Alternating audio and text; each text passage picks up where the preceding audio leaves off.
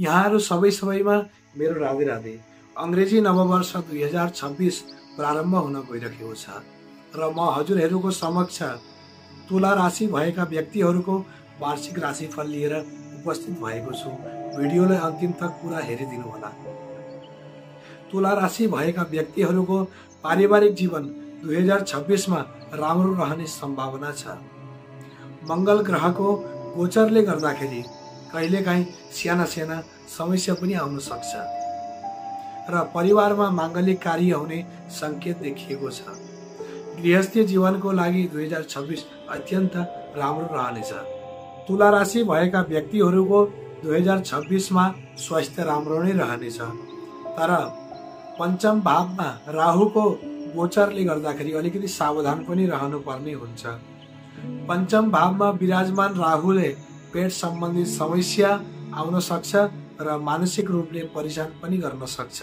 तुला राशि भएका व्यक्तिहरूको 2026 मा प्रेम जीवन मध्यम नै रहनेछ। प्रेममा गलतफहमी पनि उत्पन्न हुन सक्छ र दाम्पत्य जीवन पनि मध्यम नै रहनेछ। तुला राशि भएका व्यक्तिहरूको नोकरीको क्षेत्रमा राम्रो परिणाम मिल्नेछ, साथमा मुनाफा पनि हुनेछ। हजुरको मान सम्मान पनि बढ्नेछ, प्रशंसा पनि हुनेछ। कार्य क्षेत्रमा, व्यापारको क्षेत्रमा पनि धेरै राम्रो परिणाम देखिएको छ।